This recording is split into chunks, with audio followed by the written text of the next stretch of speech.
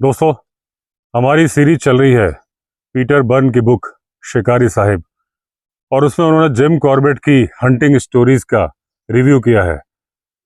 आज जो स्टोरी हम रिव्यू करने वाले हैं या जो पीटर बर्न ने रिव्यू की है, जिसको कि मैं आपको सुनाने वाला हूं, वो है चौगर टाइगर्स।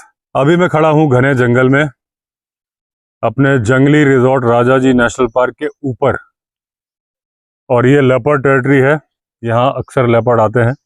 मैं बैठ के सुनाने वाला था, लेकिन जितनी भी रॉक्स है उसमें लाल चीटे चल रहे हैं, तो मैंने कहा भाई खतरनाक है, क्योंकि एक बार उस चीटे ने काट लिया तो बहुत गड़बड़ हो जाता है। तो मैं आज आपको स्टोरी खड़े होकर सुनाऊंगा, क्योंकि यहाँ पे बहुत ही पहाड़ी लैंड है। पीटर बर्न बोलते हैं, उनकी जो बुक है गॉन आर द डेज, उसमें उन्होंने बताया है कि एक वुंडेड टाइगर जिसे गोली मार दी गई थी, वो गुस्से में एक लेडी हंटर के पीछे पीछे पेड़ पे चढ़ गया था। और कंडीशन ये हो गई थी कि वो जो लेडी थी, जब उनके पीछे पेड़ पे चढ़ गया, उन्होंने अपनी बंदूक की बैरल टाइगर की गर्दन में गले में डाल दी, ट्रिगर दबाया, लेकिन मिस फायर हो गया और वो लेडी टाइगर के साथ ही जमीन पर नीचे गिरी। और एक चमत्कार हुआ, और जो चमत्कार हुआ वो ब्रिटिश हंटर्स में कई सालों तक सर्कुलेट होता रहा। अब ये जो घटना हुई थी, ये जालू साल नाम की एक जगह पे हुई थी, और एक मील का पत्थर साबित हुई एक कहानी। जब टाइगर की स्टोरी, टाइगर के अटैक की स्टोरी या वाप की story, wounded tiger approach procedure वाली स्टोरी सुनाई जाएगी, तो इस स्टोरी का जिक्र जरूर होगा। ये कुमाऊं के सदर्न फॉरेस्ट है और 1925 की घटना है। ये जगह कुमाऊं में है, लेकिन नेपाल से बहुत ज़्यादा दूर नहीं है। अब 15 दिसंबर की बात है। एक भूटिया आदमी को एक टाइगरस ने किल कर दिया था लोहाली के पास में, और ये जगह भी कुमाऊं में थी, और जालू साल जहां की हम बात कर रहे हैं वहां से कोई बहुत ज़्यादा दूरी पर नहीं थी। अब पीटर बोलते हैं, जो दोनों घटनाएं मैं आपको बता रहा हूं, ये दोनों आपस में एक दूसरे से कनेक्टेड नहीं है। बस इसलिए बता रहा हूं कि आसपास में टाइम पास में था। लेकिन जो लोहाली गांव के पास में एक वो भूटिया व्यक्ति को जो टाइगर ने मारा था, वो इसलिए इंपॉर्टेंट है कि ये पहली रिकॉर्डेड किलिंग थी चौगढ़ मैन ईटर्स की। और 21 मार्च 1930 तक चौगढ़ टाइगर्स ने 64 व्यक्ति मार दिए थे और खा लिए थे। अब भूटिया, कई लोग उनको बूटिया भी लिखते हैं, इनर हिमालयाज के पहाड़ी लोग हैं। अब भूटिया लोग ज़्यादातर खेती करते हैं, और भूटिया लोग नेपाल में भी मिलते हैं। ज़्यादातर ये लोग नमक, चीनी, याक का ऊन, इस तरह की चीज़ों को एक्सचेंज करते थे बदले में। जहां भी बाजार जाते थे वहां से अपना राशन बदले में लेके आते थे। करेंसी की जगह ये सामान से एक्सचेंज करते थे। और इनकी जो ट्रैवलिंग है ये तिब्बत तक चलती थी। ये व्यापारी थे, एक जगह से दूसरी जगह जाते थे, सामान लेके आते थे, इस सामान के बदले वो सामान लिया, अपनी ज़रूरतें पूरी की, फिर दूसरा सामान लिया। ट्रैवलिंग करते करते कभी ये पैदल चलते थे, कभी खच्चर पे, कभी घोड़े पे बैठते थे। इनका सामान कभी खच्चर पे, कभी भेड़ की पीठ पे लादा जाता था।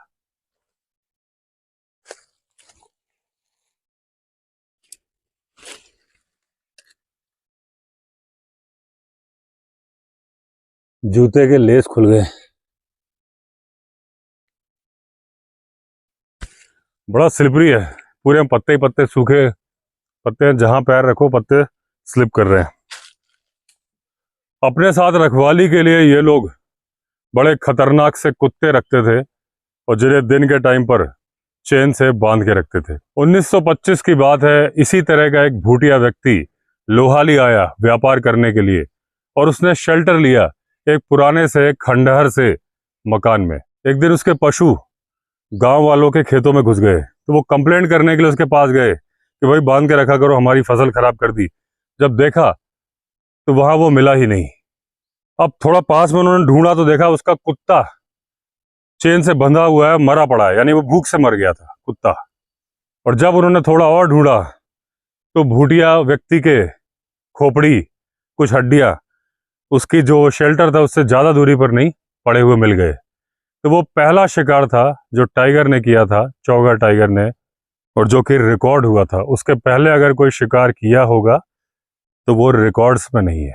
अब जिम कॉर्बेट ने चौगर टाइगर्स के बारे में सबसे पहले सुना था 1929 में, जब वो एक डिस्ट्रिक्ट कॉन्फ्रेंस में गए थे। अब बिल बेंस और विवियन दोनों डेप्यूटी कमिश्नर थे, एक थे अल्मोड़ा के और एक थे नैनीताल के। वो जब वहाँ पे कॉर्बेट को मिले तो उन्होंने कहा कि भाई हमारे इलाके का मैन ईटर मार दो, बहुत ज़्यादा परेशानी है। दोनों के ही इलाके में मैन ईटर थे, एक का इलाका था तल्ला देश, एक का था चौगर टाइगर्स वाला। कॉर्बेट ने पहले तल्ला देश को निपटाने की सोची। जब तल्ला देश के टाइगर्स को निपटा दिया उसके बाद उन्होंने कहा चौगर टाइगर्स अब तुम्हारी बारी है। अब विवियन और उनकी वाइफ नोरा कॉर्बेट के अच्छे और पुराने दोस्त थे, तो जब उन्होंने कहा कि चौगर टाइगर्स को देख लो, अब जब वो चौगढ़ के लिए जा रहे थे तो उन्हें मालूम चला कि ठंड के महीनों में टाइगर्स कम एक्टिव रहते हैं। तो उन्होंने डिसाइड किया कि क्यों ना मैं तल्ला देश मैन ईटर को पहले मार दूं।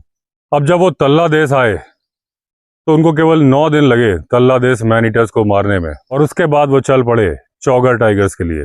अब जब जिम कॉर्बेट चौगर टाइगर्स को मारने जा रहे थे तो उनके पास 4 मैन ईटर्स को मारने का एक्सपीरियंस था। वो थे रुद्रप्रयाग, पनार, चंपावत और तल्ला देश। और ये 4 मैन ईटर को मारने में जिम कॉर्बेट को लगे थे 18 साल, 1907 से लेके 1925। लेकिन ऐसा नहीं था कि कॉर्बेट ने कोई शिकार नहीं किए थे, उन्होंने मैन ईटर के शिकार नहीं किए थे। शिकार तो वो करते ही रहे थे। जो उनकी स्टडीज थी नेचुरल हिस्ट्री की, वो कंटिन्यू कर रहे थे, क्योंकि जब वो चौगर टाइगर को मारने गए तो उनके हंटिंग स्किल्स बहुत ज़्यादा इंप्रूव हो चुके थे। शुरू में बहुत यंग थे, इनएक्सपीरियंस थे, बाद में एक्सपीरियंस आ गया था।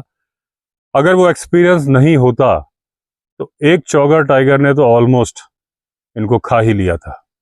वो एक चट्टान के पीछे छुपा हुआ था, जैसे मैं चट्टानी इलाके में अभी हूँ, इसी तरह का इलाका था जब चौगर टाइगर्स को जिम कॉर्बेट मार रहे थे। तो एक रॉक के पीछे, कई लोग पूछते हैं रवीन क्या होता है। ये जो मेरे पीछे आपको दिख रहा है ये रवीन है, अगर आपको दिख रहा है तो। इसके नीचे ये पहाड़ी नाला, एक पहाड़ी नाला यहाँ से जा रहा है कैमरे के पीछे से, एक यहाँ से जा रहा है। यहाँ पे एक वाटरफॉल बन रहा है, लेकिन अभी क्योंकि उसमें पानी नहीं है। तो इस तरह के जब हंटिंग में लोग जाते थे तो अचानक से जो ये डाउन एरिया होता था उसमें टाइगर छुप जाता था। तो वो चौगर टाइगर उल्टा था, ये डाउन एरिया में थे जिम कॉर्बेट, वो चट्टान के पीछे छिप गया था। लेकिन क्योंकि इनके पास एक्सपीरियंस था तो ये बच गए थे, क्योंकि मात्र 8 फीट की दूरी पर था वो टाइगर। मेरी हाइट है 6 फुट 2 इंच, सिर्फ 2 फीट बढ़ा दीजिए, इतनी दूरी पर जिम कॉर्बेट से वो चौगर टाइगर था। एक छलांग भी 15 फीट की लगा लेता है। कुछ सेकंड्स की दूरी होती और जिम कॉर्बेट के हंटिंग कैरियर और उनकी जिंदगी पर फुल स्टॉप लग जाता। अब कुमाऊं से साउथ ईस्ट की तरफ एक काला आगर रिज है जो करीब 40 मील में फैला हुआ है। जिम कॉर्बेट के टाइम पर यह रिज पूरी तरह से घने जंगल से कवर्ड था। 8000 फीट की हाइट तक इसकी ऊंचाई थी। आज बहुत सारे खेत बन चुके हैं उस जगह पे, लेकिन वो जो रिज ईस्ट दिशा से वेस्ट दिशा की तरफ जाता है आज भी वैसा ही है। लेकिन आज भी कुछ घने जंगलों के पैचेज हैं और जो अच्छे जंगल है। अब ये जो रिज है, इस इलाके के जो जंगल थे, इसमें 5 साल के दौरान एक टाइग्रेस और उसके कब ने एक आतंक, दहशत का साया, आतंक का साम्राज्य बना दिया था और खा लिया था 5 साल के दौरान 49 लोगों को। अब कॉर्बेट के टाइम पर एक मिट्टी वाली रोड थी जो कि उस रिज के उत्तर दिशा की तरफ वाली जो ढाल थी उस पे चलती थी, और जो उस रिज के वेस्टर्न साइड पे जो ढाल थी उस पे काला आगर डाक बंगलो था। अब कॉर्बेट ने डिसाइड किया कि उस डाक बंगलो को अपना हेडक्वार्टर्स बनाएंगे और अप्रैल में जिम कॉर्बेट पहुंच गए काला आगर डाक बंगलो। अब कॉर्बेट को बताया गया कि जो उस मैन ईटर का आखिरी शिकार था, लास्ट शिकार था रिसेंट, वो एक 22 साल का लड़का था जो कि अपने मवेशी चराने के लिए गया था खेतों के पास, और टाइगर ने उसे मार दिया और खा लिया। अब गांव वालों का कहना था कि उन्होंने इसके पहले टाइगर को 10 दिन पहले देखा था। तब तक गांव वालों को यह नहीं मालूम था कि ये 2 टाइगर्स हैं। उन्हें लगता था एक ही टाइगर वारदात कर रहा है। 10 दिन पहले एक महिला को टाइगर ने खाया था, उसके बाद ये दूसरी घटना थी। अब पुरानी घटनाओं को कॉर्बेट ने इग्नोर कर दिया क्योंकि सारी 1 हफ्ते से ज्यादा पुरानी थी। टाइगर को जो खाना था खा चुका था, उस पर दोबारा टाइगर आने वाला नहीं था, इसलिए टाइगर को मारने की संभावना इन पुराने किल्स पर नहीं थी। अब कॉर्बेट ने मैप उठाया, पूरा 40 माइल्स का जो एरिया था उसको स्कैन किया। अब जो उन्होंने नोटिस किया कि एक गांव था डलकानिया, उस गांव के आसपास टाइगर ने ज्यादा वारदात की हुई है। डलकानिया 10 मील की दूरी पर था काला अगर से। कॉर्बेट ने अगले दिन सुबह नाश्ता किया और पैदल ही चल पड़े डलकानिया के लिए। उनका रास्ता पहाड़ पे पहले 8 मील की दूरी तक चला, फिर एक इंटरसेक्शन आया, फिर 2 मील नीचे उतरना था। अब कॉर्बेट अपने आदमियों के साथ जा रहे थे और बड़े ही धीमे चल रहे थे, क्योंकि पूरे रास्ते को इंस्पेक्ट कर रहे थे, टाइगर के पग मार्क्स ढूंढ रहे थे। अब वो जब जा रहे थे, उन्हें डलकानिया के कुछ आदमी उन्हें रास्ते में मिले, तो उन आदमियों ने बताया कि उनका इंतजार हो रहा है, गांव वाले इंतजार कर रहे हैं डलकानिया। और उनकी एक मेथड थी एक गांव से दूसरे गांव तक खबर पहुंचाने की, उसको बोलते थे कुई मेथड। ऐसे कप शेप बना के कुई की एक पहाड़ की चोटी पे खड़े होकर चिल्लाते थे, तो पहाड़ पे आवाज गूंजती हुई दूर तक जाती है। तो दूसरे गांव वाले सुन लेते थे, वो भी जवाब देते थे कुई करके, और उनका मैसेज पास हो जाता था। फिर चिल्ला के बोलते थे। कुई का मतलब था कि सुनो, इधर आओ, अटेंशन दो। अब लोगों ने बताया कि कुछ लेडीज गई थी घास काटने के लिए, तो उनकी पार्टी पर अटैक किया है डलकानिया के पास टाइगर ने, लेकिन वो किसी को मार नहीं पाया है टाइगर। कॉर्बेट ने पूछा कि आपके गांव जाने का क्या तरीका है, कौन सा रास्ता है, तो उन्होंने शॉर्टकट बताया कि एक ट्रेल है जो यहाँ से जाता है। और उन आदमियों ने कहा कि अगर आप जाना चाहते हैं तो हम आपको ले चलेंगे डलकानिया। जब कॉर्बेट को यह मालूम चला कि वो जो ट्रेल है वो घने जंगल से होके जाता है, तो कॉर्बेट ने उन लोगों की हेल्प का बच गया अभी गिरते गिरते पीछे ही बिल्कुल ये जो ravine है, यहीं से, जहां मैं खड़ा हूं यहीं से ravine स्टार्ट हो रहा है। तो उन लोगों की जो मदद का ऑफर था वो कॉर्बेट ने ठुकरा दिया, क्योंकि घने जंगल से रास्ता जाता था और कॉर्बेट के पास बंदूक थी। वो खुद को तो बचा लेते, लेकिन कई लोग अगर उनके साथ में जाते तो उनकी सुरक्षा की जिम्मेदारी और भार भी जिम कॉर्बेट के ऊपर होता, तो अपना काम प्रॉपर तरीके से नहीं कर पाते, फोकस नहीं रख पाते। हर वक्त उन्हें देखना होता कि कोई आदमी तो खतरे में नहीं है। तो उन्होंने कहा मैं अकेले ही जाऊंगा। तो उन्होंने डिसाइड किया कि वो अकेले ही जाएंगे। उन लोगों को मना कर दिया। उनके कुक ने बहुत बढ़िया खाना बनाया और वो इम्पोर्टेंट मील था जो कॉर्बेट ने लिया, चावल और सब्जी। दोस्तों, इस स्टोरी को यही एंड करता हूँ कि खड़े खड़े सुना रहा हूँ, कंडीशन बड़ी अच्छी नहीं है। कहीं कुर्सी की जगह मिलेगी फिर मैं अगला पार्ट कंटिन्यू करूँगा। तो इस पार्ट को मैं ऐसा ही अपलोड कर देता हूँ, क्योंकि यहाँ जंगल में अपलोड स्पीड कम है। तो आप ये मत बोलना कि स्टोरी छोटी क्यों बनाई, आप देख रहे हो कैसे बनाई। तो चलिए दोस्तों, अगर आपने चैनल सब्सक्राइब नहीं किया है तो चैनल सब्सक्राइब कर दीजिए।